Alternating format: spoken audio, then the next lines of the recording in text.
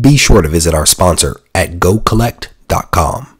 Reggie here, your friendly neighborhood bodybuilder and comic book collector, and I want to welcome you to another one of my videos. In this video, we are going to spend some time talking about a controversial topic. And after the success of the last controversial topic that we dug into, I feel confident that we're going to be able to engage in this discussion in much the same way that we did the last. And that is in a civil manner, that we're going to have this discussion, this back and forth. And I want to give a huge shout out to anyone that commented on the last video where we talked about cover hunters and the detrimental effect that they could have on the comic book market. I think that that was the proper way to kind of have a discussion where we don't necessarily see eye to eye on something, but we can have a discussion about a topic in a civilized manner. And again, I remain hopeful that we're going to be able to do that with the topic that I've chosen to talk about today. So I am struggling. I'm going to be honest. I am struggling. I'm struggling to understand why anyone is hoping that a Marvel movie fails. And I'm struggling because of the impact that a movie and TV show announcement can have on comics and on the comic collecting market. I struggle with anyone that wants something to do bad because of that major impact. If there is a hint that a movie is going to be made or that a TV show is going to be made about a comic, there is a response.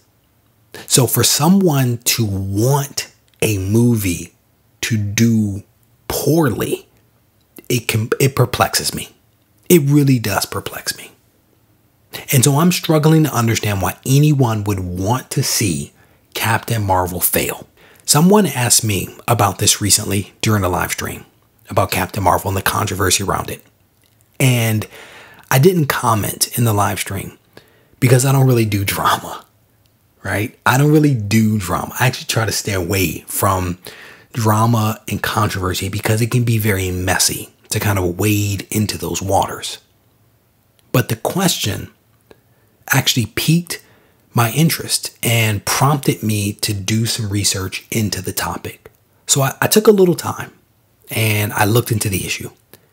And I have to tell you, I was blown away by the negative feedback that exists around this movie. I found an article, and this was an early article, at least I believe, dated 2014, in which the writer actually highlighted that Captain Marvel was Marvel's big gamble. This was in 2014. They were actually even then kind of predicting that this movie would be a failure and that this movie was a massive risk that Marvel was taking. And I honestly thought that this whole controversy was a recent one. I didn't realize that it dated all the way back to 2014. And I wasn't even collecting comics in 2014. So some of you may remember some of this stuff a whole lot better than I. But I started thinking about this idea of Captain Marvel being a big gamble. I started to think about this. And I became even more perplexed. And the reason for that is that the MCU has been nothing but a gamble from the very start. And I think hindsight is like 2020 is the expression, right? When you look back after being really successful, I think people sometimes gloss over the negative stuff. They gloss over the things that could have gone wrong, and they remember things very fondly. But I want to take a look back at some of the actual gambles that Marvel has made. So when you look at Jon Favreau, the director of Iron Man, when he was hired, he actually didn't even have a track record of success in action movies when he was hired. He wasn't even an action director, and he was being hired to direct basically an action movie. That's a gamble.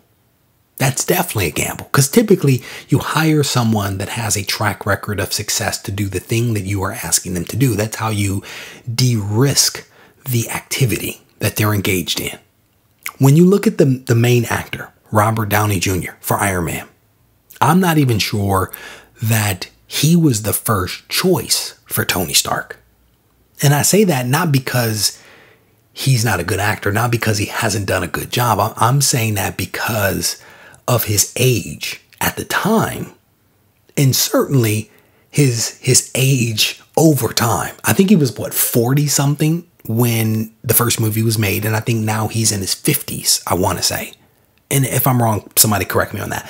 But I'm saying that it's a gamble, that his being put on the franchise was a gamble because of Hollywood's tendency for younger actors. And that is well known. That is a well-known tendency for Hollywood to prefer younger people. That is a risk to put Robert Downey Jr. in the lead role and then to build an entire universe and franchise around an aging actor. And I think he's done a phenomenal job. So please don't confuse my comments with what I really feel about him as an actor. I think he's done an incredible job. I think he makes a fantastic Tony Stark. I think Jon Favreau did a really good job directing Iron Man. I enjoyed the movie. But it is a risk to put Robert Downey Jr. in that position. I don't even remember what his popularity was before Iron Man, but I've heard rumors that people say that the Marvel movies actually saved his career. At the time of Iron Man, Marvel didn't even have the financing in place for the film. They literally had to put the characters up as collateral to get the money to shoot the film. That's a gamble. When they put Samuel L. Jackson in the post-credit scenes, they didn't even have a contract with Samuel L. Jackson. They didn't even have scripts for Samuel L. Jackson to read. They didn't have a movie to even put him in when they put him in the post-credit scenes. That's a gamble.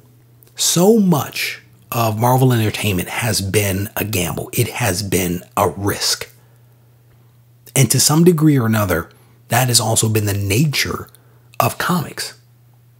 And potentially even truly the nature of Marvel comics. It is rooted in risk. If you think about all the things that Marvel has done since the very beginning, it has been risky. The transition from monsters into superheroes, risky. The things that Stan Lee and others did in those early days and even over time, risk. I've heard rumors that Stan Lee has actually written, essays on controversial topics. That's risky. He worked some moral topics into his comics. Chris Claremont, one of my favorite writers, basically turned the X-Men almost into a soap opera. Right? He moved away from a lot of the superhero action and he actually gave us the story behind the action. All of those things are risky. Those are gambles. Captain Marvel is being released into a universe that has seen some amazing success with multiple movies. I think it's like almost 20 movies or something like that over the course of 10 years. Lots of money has been made. Is it risky? Yes, but it's how much of a risk? Only time will tell, right? Only time will tell. I did a quick search as part of me trying to get myself up to speed on this topic, and I found countless articles and videos speaking negatively about Captain Marvel, which is something I just don't understand. There was a video in which a guy criticized the main actress because she didn't smile. Criticized her because she doesn't smile. I've seen videos criticizing her body type. I've seen and read and scanned through tons of articles where people are rooting for this movie to fail. And I just don't understand it. When there's something that I don't like as a person, I tend to ignore that thing. Right? If it's a movie that I'm watching and I don't like it, I turn it off. If it's a TV show and I don't like it, I turn it off. If it's a YouTube video and I don't like it, I turn it off. I ignore it. I don't go back and watch it. I don't record videos and write articles speaking negatively about something that I don't like. I struggle to understand why anyone would invest so much time and energy into something that they dislike. Especially when it's a movie. This is a movie. It's entertainment. The movie hasn't even come out. No one has even seen the movie. And so I struggle why people are so wrapped around the axle on this movie. Maybe it's because the main actress has made some stupid statements. And I've actually watched some of the videos in which she's made some stupid statements. And if maybe that's why people don't like it. I get that. But we could probably make a really, really long list of actors, actresses, NFL owners, and politicians who have said and done some really ignorant things. At the end of the day, if this is something that you don't want to see, you shouldn't go see it. I mean, it's pretty simple. Life is too short to get wrapped around the axle with so much negativity. No one needs that. No one needs that amount of vitriol in their life. And, you know, the big question is, will I go see it? Will I go see Captain Marvel? Absolutely. Absolutely, I'll go see it. And by go see it, I mean, I'll wait for it to come out on like Hulu or on demand, something like that, Amazon. And that's when I watch it. And I say that because I just don't go to the movies. I don't go to the movies. I can't remember the last time my wife and I actually went to the movies. It's not her thing. So I don't go to the movies. It's not because I don't think that this is going to be a good movie. I actually hope that it's a good movie. I want it to be a good movie because I want the MCU to be successful. I want them to continue making movies to entertain people. I've said this before. I remember, you know, back in the day, the really bad movies that they used to make featuring comic book characters.